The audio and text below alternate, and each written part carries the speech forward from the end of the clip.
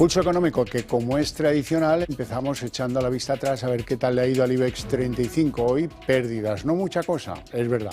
0,37 abajo, el índice general termina la sesión en 9.331 puntos, 9.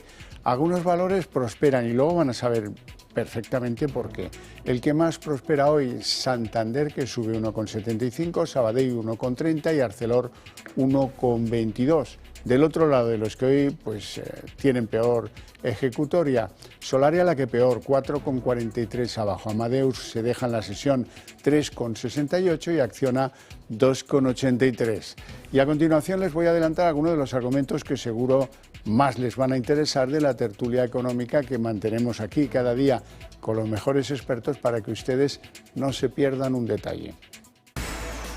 Bueno, y en esa tertulia, pues claro, tenemos que hablar de la circunstancia de que el bono español a 10 años se acerca ya al 4% y que se puede decir que compite con los mejores y más lucidos dividendos del IBEX 35. Y hablando de dividendos, hoy ha sido mano de santo. El Santander anunciaba que subía un 39% el dividendo, 8,1 céntimos por título, y que recompraba acciones por valor de 1.300 millones de euros. La conclusión: el valor que más sube en el IBEX 35 en el día de hoy.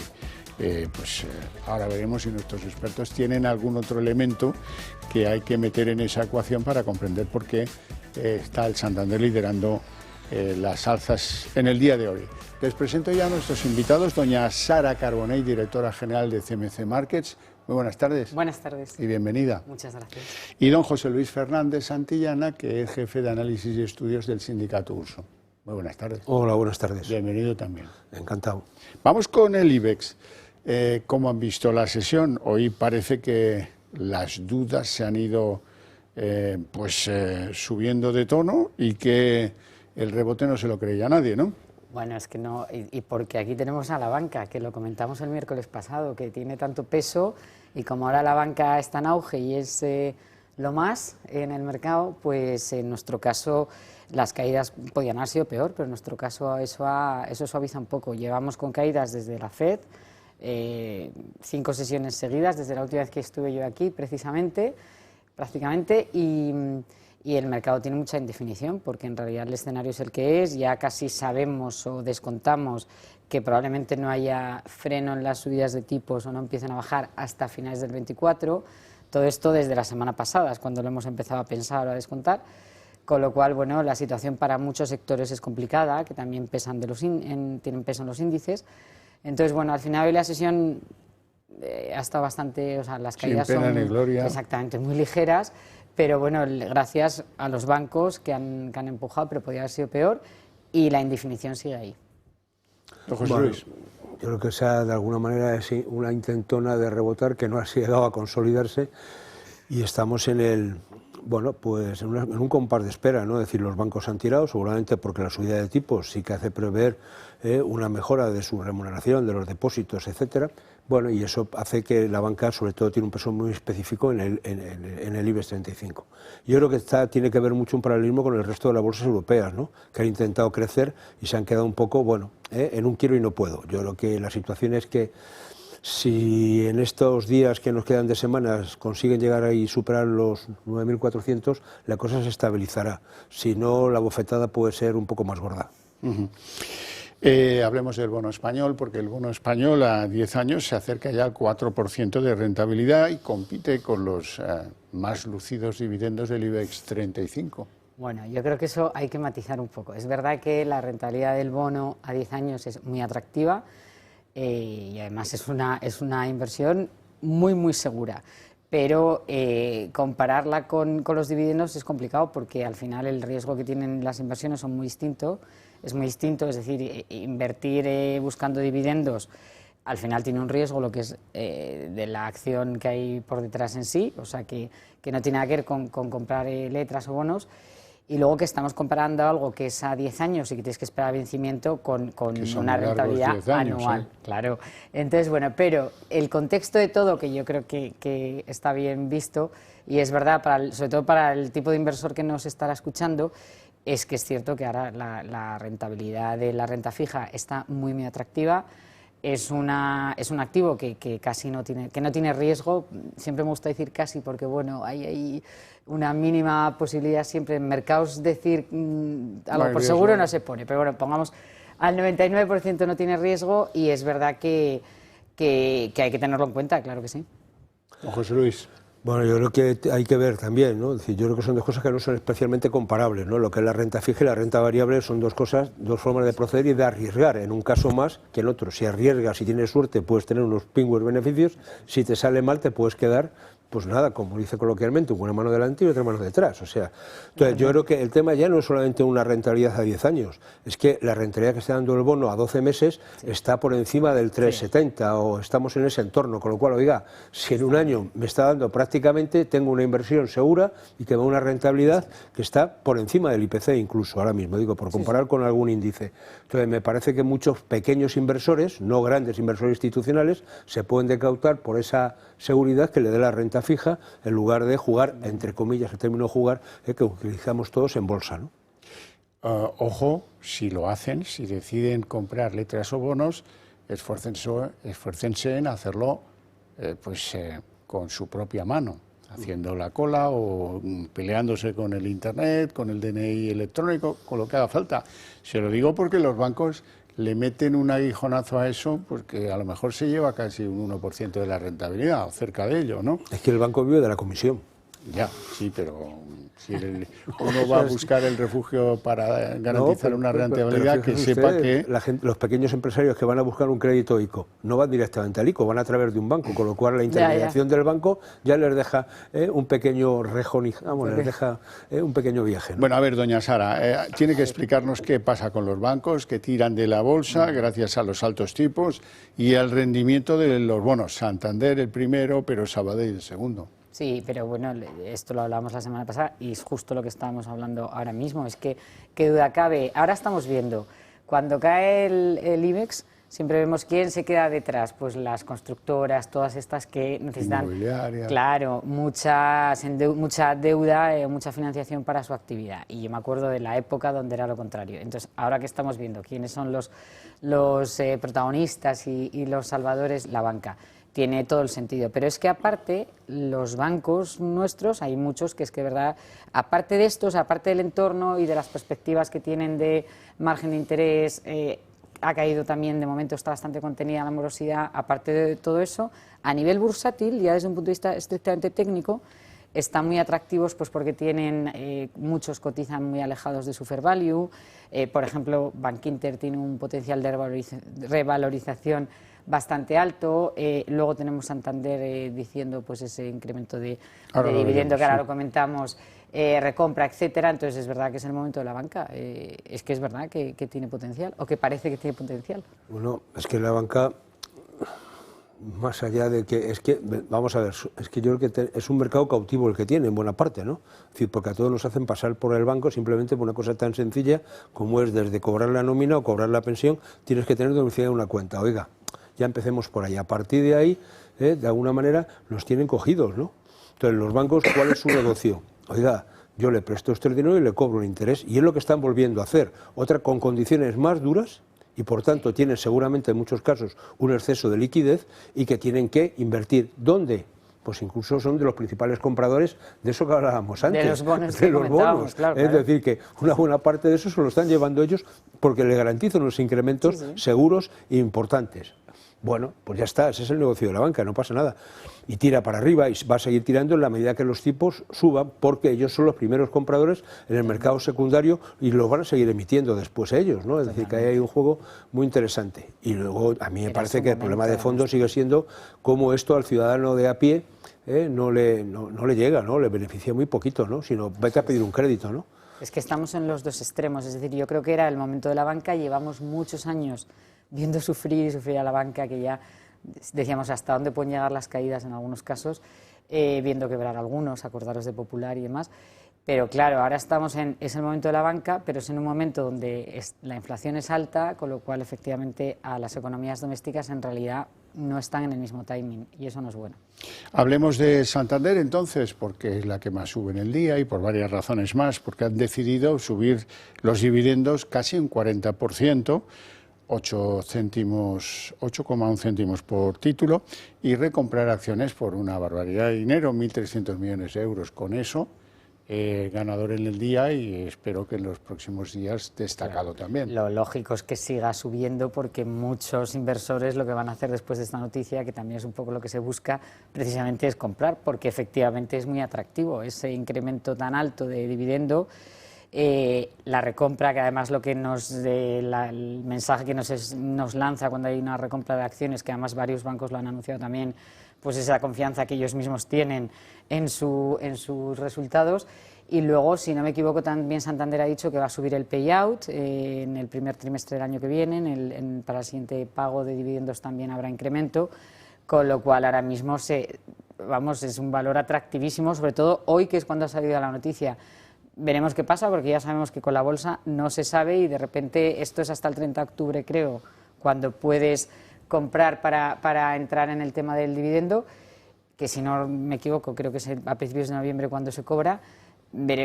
Sería raro que pasara algo en este plazo que fuera al contrario. Es decir, yo creo que tiene potencial, que se van a animar los inversores a comprar, tirarán del valor y encima cobrarán el dividendo. O sea que está en un momento muy bueno Santander. Se comprará más, subirá más, y luego al final todo este programa que tiene el Santander y algunas otras entidades, decir, de recompra de acciones de ellos mismos, en el fondo lo que están haciendo es incrementar el valor de la acción de manera indirecta y repartir un dividendo más alto, simplemente porque si retiras acciones del mercado, el precio por acción automáticamente sube, ¿no? Y yo creo que es otro juego, es otra remuneración que está ahí. Yo no sé si esto es muy legal o no, seguramente sí que lo sea, pero es una forma, no sé si diríamos coloquialmente, de alterar el precio de las cosas, pero bueno, es una práctica habitual, y quiere decir, vuelvo a lo mismo, es que no saben hacer con el exceso de liquidez que tienen, que mejor que yo me autocompro y por tanto fortalezco mi posición, ¿no? Telefónica, hablemos de Telefónica, porque parece que se desinflan esos impulsos positivos inmediatos y posteriores a lo de Saudi Telecom. Bueno, es que con Telefónica siempre pasa igual. Siempre es algo así, de los años y los años y todo. Al final, yo luego siempre digo que creo que es una compañía sólida, iba a decir que en el largo plazo tiene potencial, pero ya no sé si decirlo, pero sí creo que es una compañía sólida y que está muy bien gestionada. Entonces, yo lo que creo ahora es que, otra vez, la indefinición que hablábamos antes del mercado en cuanto a tipos, inflación y demás, en el caso de Telefónica ahora está un poco el tema de qué va a pasar con el gobierno, es decir, que el gobierno está por el medio, si va a permitir llegar a ese 9% o no, qué condiciones va a haber a cambio, pues tipo más inversiones en terreno nacional, etcétera.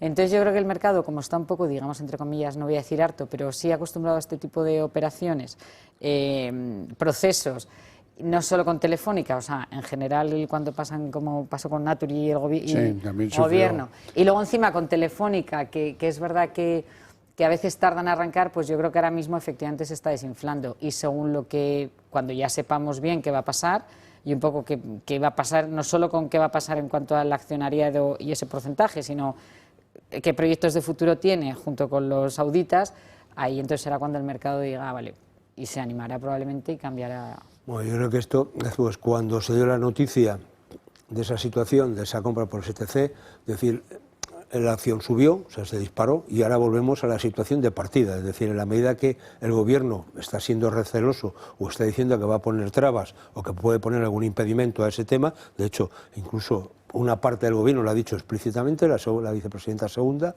en ese sentido, y luego yo creo que más allá de que es verdad que no llegan al 10%, pero sí que hay una parte, a ser una empresa estratégica que está vinculada a los ámbitos de defensa, ya es cuestionable más allá del 5%, ¿no? Con lo cual, lo que está en discusión es en el fondo es un 4,9 de la compra, es decir, aquello que supera el 5 y que se queda en el 9,9. A partir de ahí, lo que pasa es que el gobierno sigue diciendo que no hay comunicación oficial de esa situación. Entonces, esto es, vamos, yo no sé si es un país de ricos, de tontos o de qué somos, ¿no? Pero lo que no tiene sentido es que Telefónica, un paquetón de esas características, no se entere de que se lo han comprado, y que el gobierno diga que no, bueno, que no se ha llegado a ninguna comunicación, y bueno, ¿y por dónde están flotando las acciones, no? Es decir, bueno, ¿cuál es esa operación? Es decir, ¿por qué esta falta de transparencia? Yo creo que eso retrae al inversor, decir, oiga, vamos a ver si nos aclaran ustedes un poquito qué es lo que pasa y después ya veremos, ¿no? ¿Qué añoranza tengo yo de los viejos tiempos en los que solo había un tonto por pueblo? Bueno. Ahora esto está más concurrido. En fin, tengo que hablar con usted de Cellnex, con ustedes dos. Parece que vienen unos cuantos temporales o malos tiempos, ¿no? Que llevamos varios días en los que cojea Cellnex. Bueno, días y meses, sí, meses incluso, ¿no? Y años casi, porque el año pasado fue malísimo. Pues yo voy a llevar aquí un poco la contraria, porque, a ver, yo creo que desde que se ha ido ¿no? Pues el presidente y demás, pues ahí el mercado ha desconfiado un poco y ha habido un poco de dudas la continuidad, pero no creo que las caídas sean solo por eso. Y en realidad, analizando la situación fundamental de Cellnex, yo creo que tiene mucho potencial, tiene cosas muy positivas. Es verdad que tiene un porcentaje de la deuda bastante alto a tipo fijo, pero luego compensa porque tiene Cellnex, lo que hace es que casi todos sus contratos van vinculados al IPC, entonces estas subidas de precio de energía y demás traspasa al cliente, compensa. Tiene buenas perspectivas en cuanto a contratos y luego en términos de bolsa, claro, ha caído tanto que en realidad está muy atractiva, con lo cual la mayoría de casas de análisis, la que usamos nosotros, Morningstar, le da un potencial de subida, en el caso de Morningstar, de más de un 30%, pero es que la mayoría está entre 25 y 30. Yo no veo ningún motivo desde un punto de vista fundamental y de perspectivas de futuro tan sólido como para justificar lo bajita que cotiza comparado con lo que podría estar cotizando. Bueno, no sé, pero a mí lo que me da la sensación con este tipo de situaciones de estas empresas que tienen potencial de negocio, porque lo tiene objetivamente y que están, digamos, a precio de saldos, es siempre la duda de, bueno, que venga algún inversor extranjero y aproveche la coyuntura, ¿no? Decir, claro, que eso es, que esa la tiene siempre ahí, sí, ¿no? Cellnex, es decir, no vamos a hablar de lo que acabamos de hablar de Telefónica, pero dice, oiga, es que son peritas en dulce, ¿no? Es decir, precisamente ahora a precio barato, es decir, oiga, empresas de gran potencial, para que seguramente, yo creo que hay una parte de la inversión que se está retrayendo en venir, seguramente porque la situación política tiene que acabar de despejarse. Claro. Despejado eso, bueno, vamos a ver qué pasa con este tipo de empresas que son auténticos pastelitos para que se los lleve alguien, ¿no? Y alguna más. Y alguna más. Bueno, don José Luis, vamos a ver. Los cantos de sirena del gobierno es que la economía va fenomenal, que ahora mira con el apaño que hemos hecho en el PIB, resulta que salimos antes del agujero negro de la pandemia y además esto es pues toda la alegría.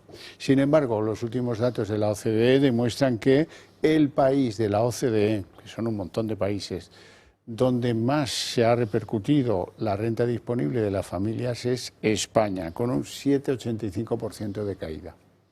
Sí, pero bueno, no hace falta.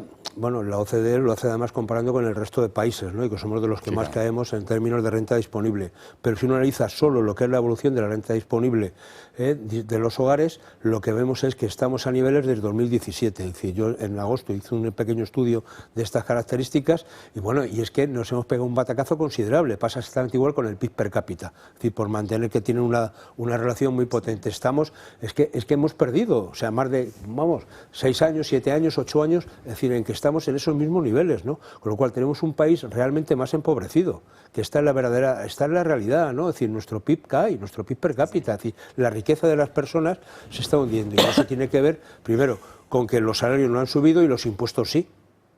Esa es la explicación más simple, ¿no? Esto lo del algodón no engaña, ¿no? Pues esto es así. Es decir, si los salarios no crecen y sin embargo los impuestos crecen más que los salarios, tu renta disponible automáticamente disminuye. Y eso es lo que ha pasado. Y los precios. Los precios. Los impuestos y los precios. Nada, poco que añadir, que José Luis es un crack de estos temas y lo ha explicado fenomenal, pero efectivamente, y es muy correcto lo que dice, tiene toda la razón. No suben los salarios, pues suben los impuestos, pero y los precios con la inflación que tenemos, con lo cual el día a día de las economías domésticas, efectivamente nos hemos empobrecido. Muy probablemente dentro de 3 semanas estaremos en el debate de investidura de Pedro Sánchez para que repita 4 años más o lo que sea. No creo que sea tanto, pero bueno, por la inestabilidad del gobierno que él va a plantear, pero los españoles tienen que enterarse de que desde que este señor gobierna, pues se nos ha caído, se nos ha venido abajo la renta disponible de las familias y luego la propaganda va por otro lado, pues bueno, pues que vaya, pero aquí estamos obligados a contar la verdad. Y es un dato objetivo además. Claro. Hablemos de las pensiones. Aquí hay otra trola peligrosa. Resulta que el gobierno dice que las pensiones ya ganan en septiembre 6,9 puntos de poder adquisitivo respecto de la inflación.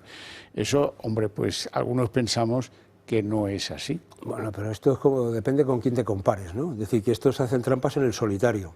O sea, si tú coges el IPC que hemos tenido al finalizar este mes y estamos en el torno a 2,3 y coges la subida que hubo en enero del 8,5 y dices, oiga, van ganando. Bueno, bien, pero si lo hacemos el año pasado, del año pasado, ¿qué ha pasado? Esa no cuenta. Es decir, cuando estábamos en el mes de septiembre con una subida de pensiones del 2,5 y el IPC estaba por encima del 10, entonces, ¿qué?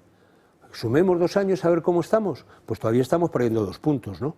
Es decir, esto es como los precios, ¿no? No, es que, oiga, no, o sea, ¿cuánto ha subido el aceite que vamos todos a comprar? Pues casi un 40%, oiga, ¿qué me está usted contando? Pero es que los huevos, la leche, la harina, es decir, cosas que no son de especial lujo, ¿no? Oiga, es que la inflación, los precios que comentabas antes, se van acumulando año tras año y los salarios han crecido menos. Y por tanto, las pensiones han crecido menos. Y no se pueden sacar cuentas parciales. Hay que sacarlas. Son interesadas. Mire, yo el otro día veía unos gráficos que la señora ministra Calviño presentaba para decir lo bien que nos va. Entonces yo dije enseguida, oiga, me falta un gráfico, es de las horas trabajadas. Porque yo me fui a 2008, que ya también arranca desde ahí. Oiga, es que de 2008 a 2023 nos faltan 2.000 millones de horas de trabajo. Ya han volado. Entonces, con más gente trabajando y menos horas, pues eso de la productividad, Justo. Es que la jornada media que está saliendo está en torno a 31 o 32 horas a la semana, sobre una jornada máxima de 40, sí. Diga, ¿qué está usted proliferando? Jornadas parciales, por tanto salarios más bajos y por tanto una situación de empobrecimiento generalizado de la población. Esto es lo que está dando este gobierno, ¿no? Y fijos discontinuos. Sí, sí. Bueno, hoy ha salido una sentencia donde reconoce ya explícitamente un Tribunal Superior de Justicia de Galicia, que un fijo discontinuo es un trabajador a tiempo parcial, cosa que algunos venimos diciendo hace mucho tiempo. Empezamos a ganar esa batalla también, ¿no? También. Hombre, qué maravilla. Doña Sara, no sé si quieres añadir algo más. No, estoy completamente de acuerdo que depende con lo que te compares, pero es que además cuando hablan de inflación en este caso no tienen en cuenta la subyacente, que en realidad la subyacente para este tipo de estudios, en otras cosas no. Es la que hay que tener en cuenta, porque es lo que dice José Luis, el aceite, los alimentos y la energía es el día a día de las familias, con lo cual si haces la comparación con la subyacente además las cuentas no salen tan bien.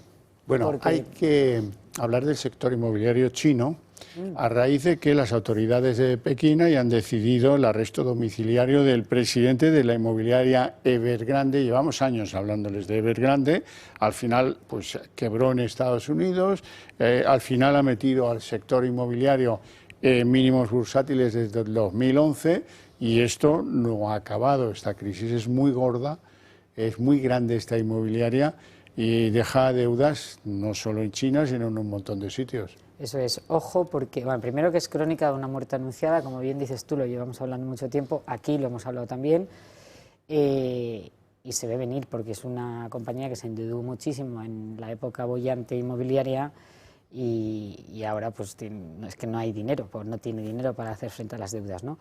¿Qué pasa? Que como bien dices, el sector inmobiliario chino es uno de los más importantes y que tira mucho del PIB, con lo cual la quiebra de esta compañía sí que puede tener un impacto más fuerte del que pensamos. Aunque en su día, cuando empezó todo esto, yo me acuerdo que además lo analizamos aquí, el impacto, por ejemplo, en el mercado español era prácticamente nulo, si no recuerdo mal.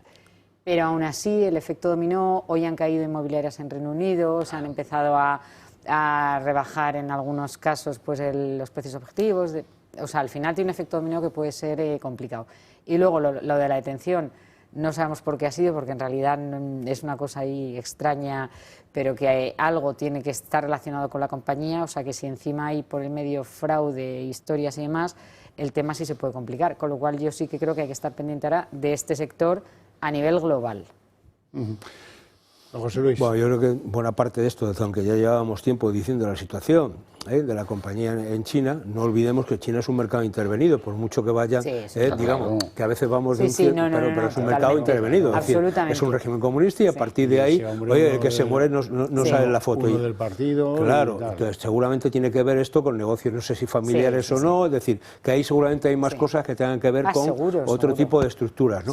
Hombre, el hecho de que caiga en Estados Unidos seguramente es la ficha que empuja de nuevo este tipo de situación, que yo creo que en España es verdad, no tiene grandes connotaciones, pero la gente del sector inmobiliario dice, oiga, ¿aquí qué está pasando? La gente se empieza a poner nerviosa, pero yo creo que no nos va a tocar mucho, porque parece que en Estados Unidos sí que ha tenido una buena parte y ahí sí que se ha notado, ¿no? Es decir, hombre, y luego te sigue diciendo lo mismo, en plan de broma, ¿no? Pero es que en China hay mucho chino y hace falta mucha casa, ¿no? Para chinos. Sí, pero hicieron demasiadas. Y una gran concentración, es decir, no estaban distribuidas por toda China, ¿no? Depende de qué lado de China vivas, te toca más o menos. Bueno, no tenemos tiempo para más. Me hubiera gustado hablar de que el Brent está a $93 el barril y el euro en mínimos, y eso siempre son malas noticias, pero les agradezco a ustedes dos mucho su presencia aquí, sus opiniones más, y a ustedes les invito a ver a continuación la redacción abierta.